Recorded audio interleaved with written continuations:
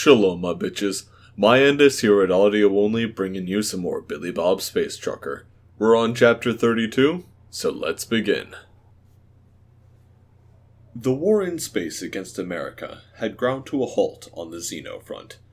With engines incapable of FTL speeds, it would take years to reach human space.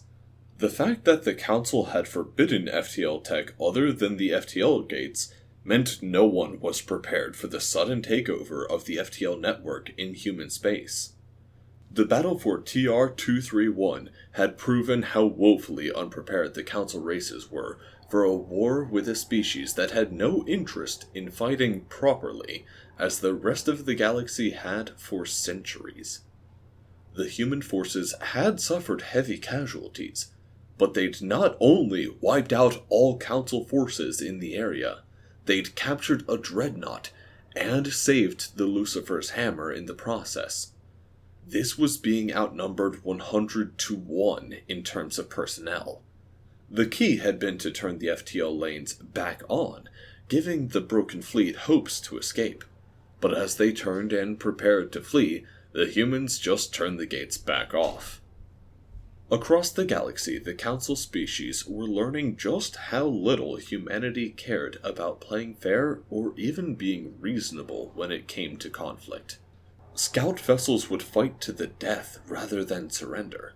Special forces would refuse to fight openly, and instead harass and snipe garrisons. Not to mention the carrier group that had glassed the Crab colony was still on the loose. They'd jump into a system, destroy the merchant traffic and orbital docks before jumping away. The Council was already having trouble convincing their member species to keep carrying military supplies. Most were opting for civilian supplies only, and marking their ships as such to avoid the wrath of the Americans. When a few Council member species approached the species the humans referred to as Borks for protection, the Council knew they were in trouble. Member species were starting to prepare to join the fight due to their obligation to the galactic government, but the staggering losses inflicted upon the Council founders was making them drag their heels, so to speak. 3 outlying Kittian colonies, the closest neighbors to humans, had surrendered to the scout ships that were merely probing the systems. While no one seriously believed that 5 Marines could actually occupy each of those planets, they couldn't force the Kittians to fight. Not to mention, all Kittian military vessels in the region were reportedly having engine trouble.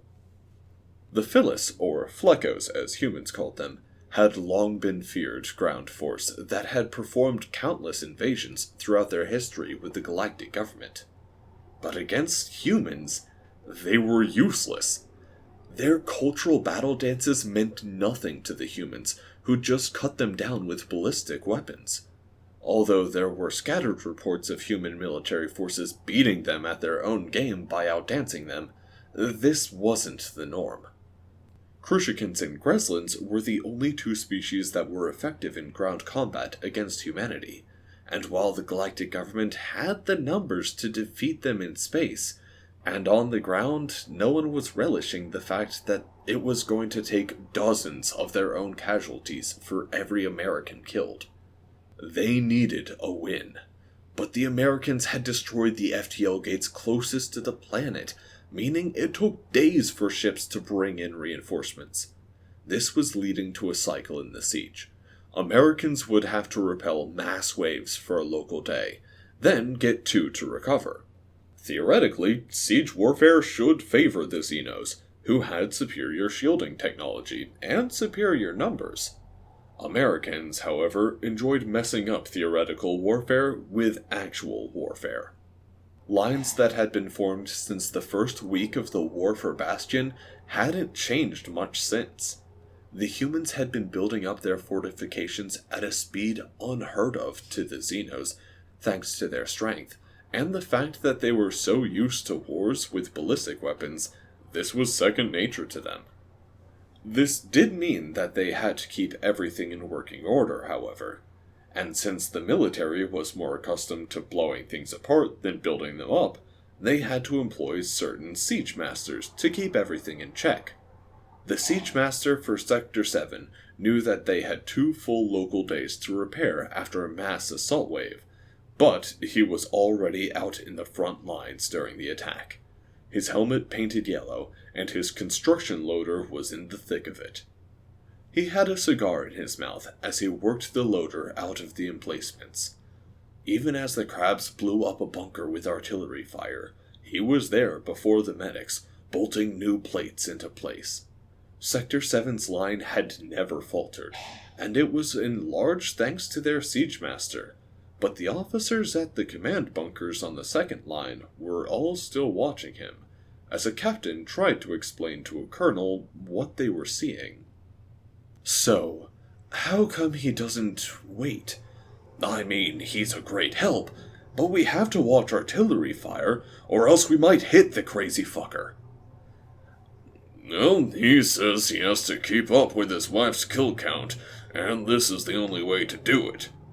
As they watched, the construction loader turned and stomped on a charging crab, crushing it in a gush of that hydrating mucus they were covered in. Then one of the forearms lashed out, a massive saw blade cutting through another tube before it turned back to the job at hand. The paint was partially melted on the outsides of the loader. The bot had a good generator, but he absorbed a hell of a lot of fire.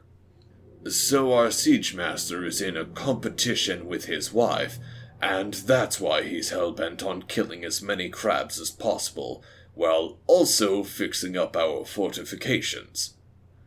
"That's correct, sir." The bot staggered as an armored crab in a power suit advanced, firing the much bigger energy weapon it possessed. The construction bot turned and pulled out a bolt gun of appropriate size for a 10-foot-tall machine.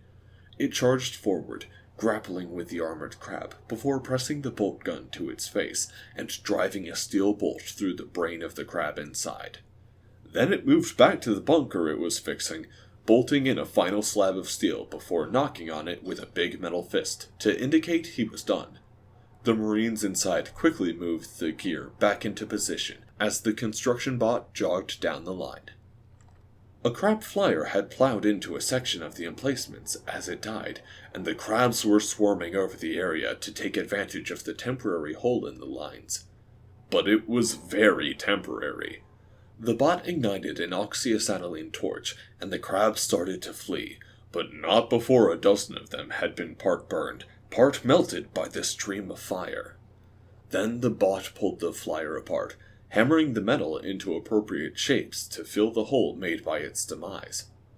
When another wave of crabs tried to advance on the construction bot, it ripped a chunk of metal free of the flyer, and turned, throwing a fastball at the crab holding a matter slammer tube. The chunk of metal pulped the crab, and the others began to scatter once more. "One guy in a construction bot is doing the work of our usual combat engineer team." "Yes, sir." "While under fire."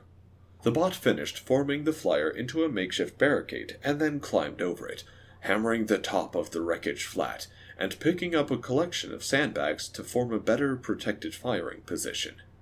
Nearby Marines were waiting with a 50 cal, which the bot picked up and bolted into place on top of the barricade it had just made. The Marines started to swarm up and fire down on the advancing crabs now that the barricade had been formed for them. "I mean, it is his job as the siege master." "They're supposed to advise us on where to build emplacements and keep them repaired after the fighting is over." "Why didn't you report this to me sooner?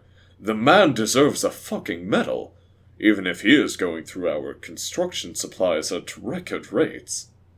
The colonel and the captain left the command bunker as the bot approached the supply depot nearby to restock and rearm. As they got closer, the colonel could see writing on the back of the bot. It was a bit smudged here or there, but it was obviously reapplied every day to keep it legible. It was a list of sorts. It read, Ted Rex, Archangel Captain, bad at sports. Mary Jane, Ghost Corps Sergeant, softball outfielder. Jackie Jill, goddamn swimmer. Stevie Ray, fucking naval engineer, but also Letterman QB. Then at the bottom, it said Billy Bob, National fucking Baseball Champ. This was underlined. The colonel looked to his captain. Wait, you don't mean... The construction bot turned as the man inside got a look at the two officers. He blew a stream of cigar smoke out of the corner of his mouth. What? Those names on the back of your bot. Do you mean that you're... That's right, the man nodded and turned back to keep picking up supplies.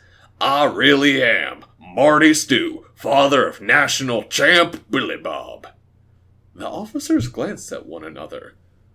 You mean the guy who started this war, right? The proud American who vowed to fight injustice and terrorism rampant in the galactic government. Shouldn't that be on the back of your bot? No, it's Billy Bob National Champ. But the bot turned as the man angrily growled out, Billy Bob National Champ. Then he began to strut off towards the front lines again, as he played music over the suit's external speakers. Well, you can tell by the way I walk I'm a woman's man. No time to talk. See, that's what I mean, Colonel. He's a strange guy. All he cares about is the fact that his son is Billy Bob, National Champ. Billy Bob's greatest injury from entering the strange pocket dimension had been when he came flying out of it onto the floor.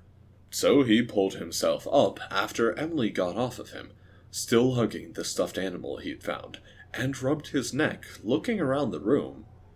How much time passed? Oh, just a minute or so, maybe, the chief sneaky busybody said. Oh, well, I guess time in the pocket dimension passes at the speed of regular time. Then he shrugged a bit. He had no idea how any of that stuff worked, but he knew it was the same as the skip drives that bounced off the edge of reality. This pocket dimension was much more calm, and it didn't feel like colors that didn't exist were trying to force their way into his eyeballs. He looked over at Emily, who was obviously happy to have that six-limbed stuffed bunny back, hugging it to her chest as she nuzzled it. What's that about? Percy? He's my favorite stuffed animal. When they gave me the pocket dimension, they told me to try it out with something personal, and then they couldn't get it back, so I was really mad about it. But here he is! She gave him another squeeze. Yeah, but why do you have him? Oh, well, these represent these animals on our home planet. They make very good pets, but you have to be careful since they have delicate skin. Parents give their kids one of these and check for scratch marks to see if their child is ready for a pet. She happily nuzzled the toy as he saw her feathers ruffle a bit as she rubbed her face against the fake fur. Or he assumed it was fake fur. Billy Bob looked at it for a moment, then thought over how much pain she had caused him by being very unaware of how delicate his skin was. Then he gasped and pointed at her. They never let you have one, did they? They kept checking the toy and realized you'd kill the poor thing in a second. She stopped cuddling the thing as she looked up, wide eyes and red-handed? Winged? He still needed to figure out how the best way to translate his sayings to her species. I mean, she did have hands. Whatever. She opened her mouth for a moment and then closed it. Well... He clutched his face with both hands as realization hit him. That's why you're so bad with your claws. Look, it's fine. I can just keep wearing my gloves. We made them for a reason. But not good enough for your parents. What kind of diplomat can't think about the needs of a creature who simply doesn't want to be torn to shreds by your sharp claws? Emily stared at him for a moment, and then glanced away as he stared at her. It took him a moment, but then some factors quickly connected in his head. The black survival suit, the pocket dimension, she knew the Libertonian team hiding in the council system. The fight back at the museum. She didn't quite know what to do, but she knew more than a diplomat should. Wait, even back with battling the space clown, she knew how to hotwire that security panel. She was turned on by killing. His gasp this time was even deeper and more drawn out as he pointed at her. "You're not a diplomat at all." She looked worried as he said that, which was about as much confirmation as he needed. "Well, I mean, I am, but my training, Lies upon lies! It's like I don't even know you! That's why you were surprised I didn't hunt, and why you never been worried about all the death and gore and stuff. You didn't hesitate when those crabs attacked us at the museum. Just the Borks, 'cause you didn't have your gear. But you said you weren't a soldier. Because..." His eyes went wide. "You're a space assassin, aren't you?" She stood there, wings seeming more closed around her shoulder than usual. She was holding the stuffed animal close still, but was glancing around rather than looking right at him. Finally, she glanced up at him with one eye to try and gauge his reaction. Are you mad?" He could tell how worried she was by his sudden realization why some things about her had never quite added up. He'd never really thought about some of the inconsistencies because it was so close to his own behavior. But now so much of it made sense. A real diplomat would have been freaked out by all the chaos and laws I was breaking, and you'd have realized the feelings you had for me sooner, and we've been solving everything through violence. You never opposed the idea, because that would have been your idea, not to mention getting off the museum planet.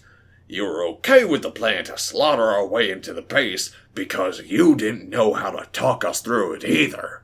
Since all the violence was turning you on, you didn't realize you were getting attached to me, which would start off your crazy hormone drive because you thought it was the normal sort of arousal from all the combat.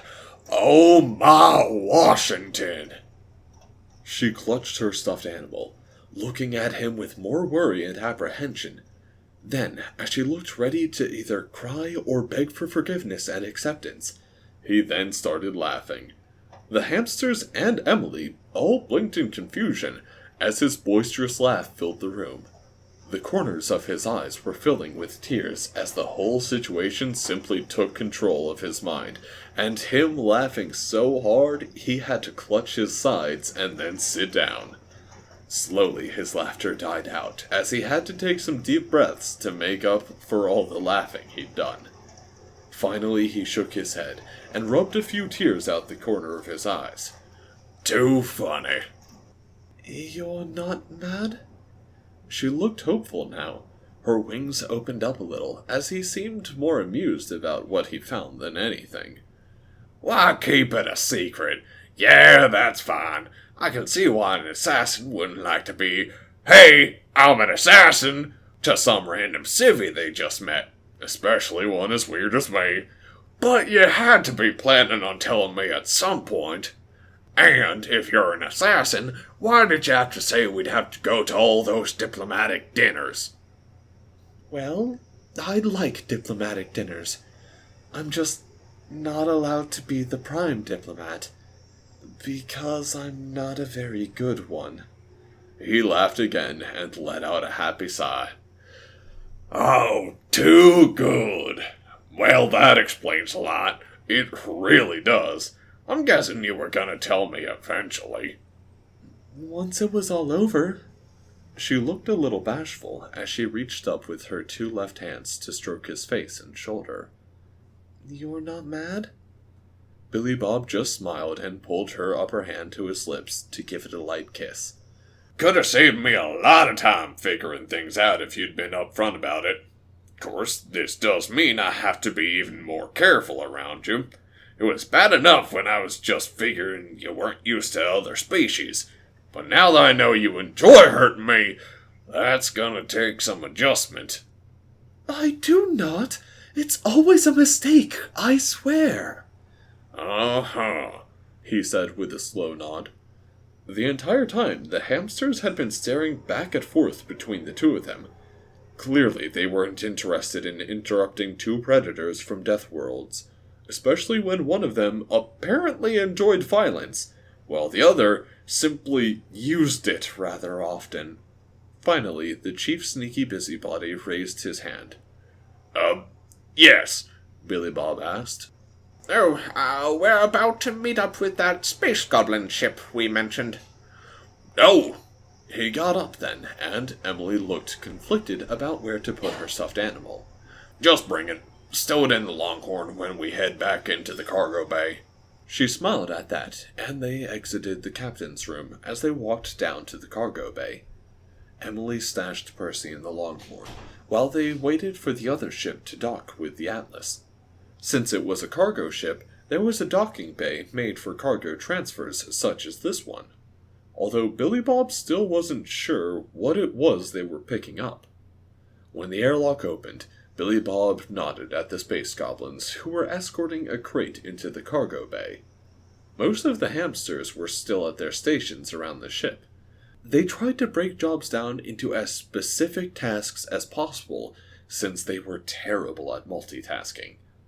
There was a reason Billy Bob could pilot the thing on his own, but it took a whole bridge crew for the hamsters.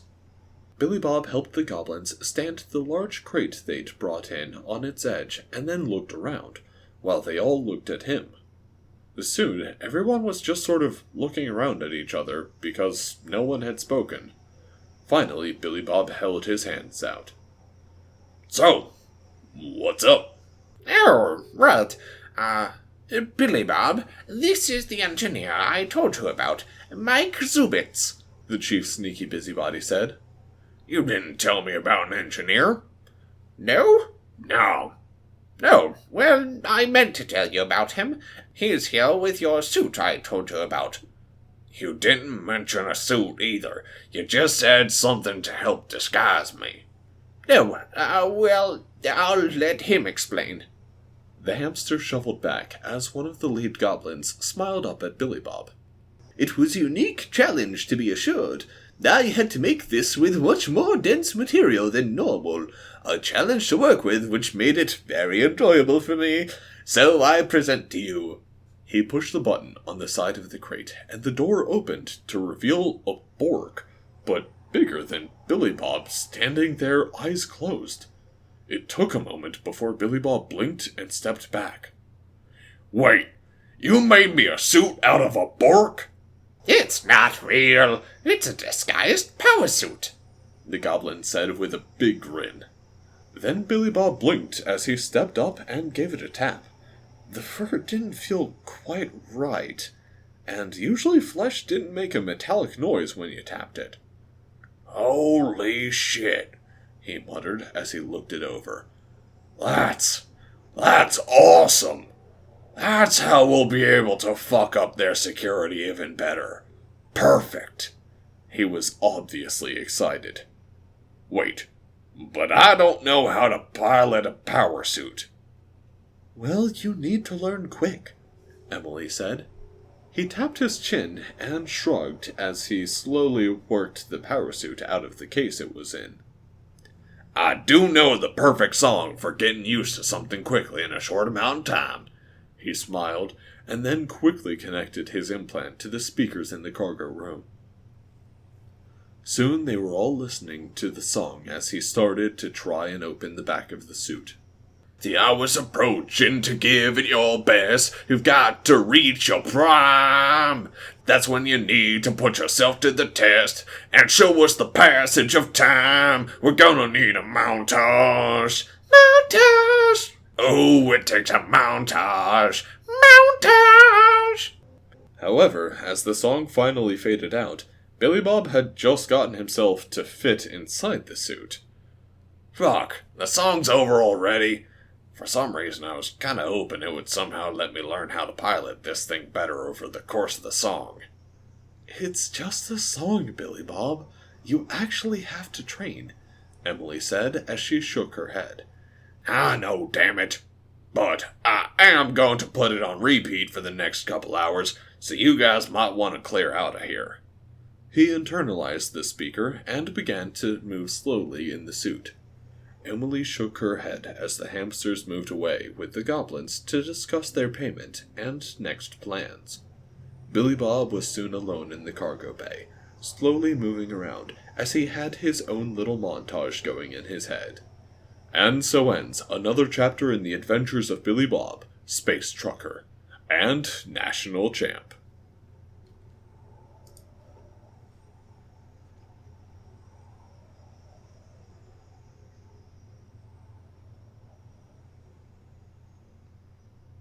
Bye, guys.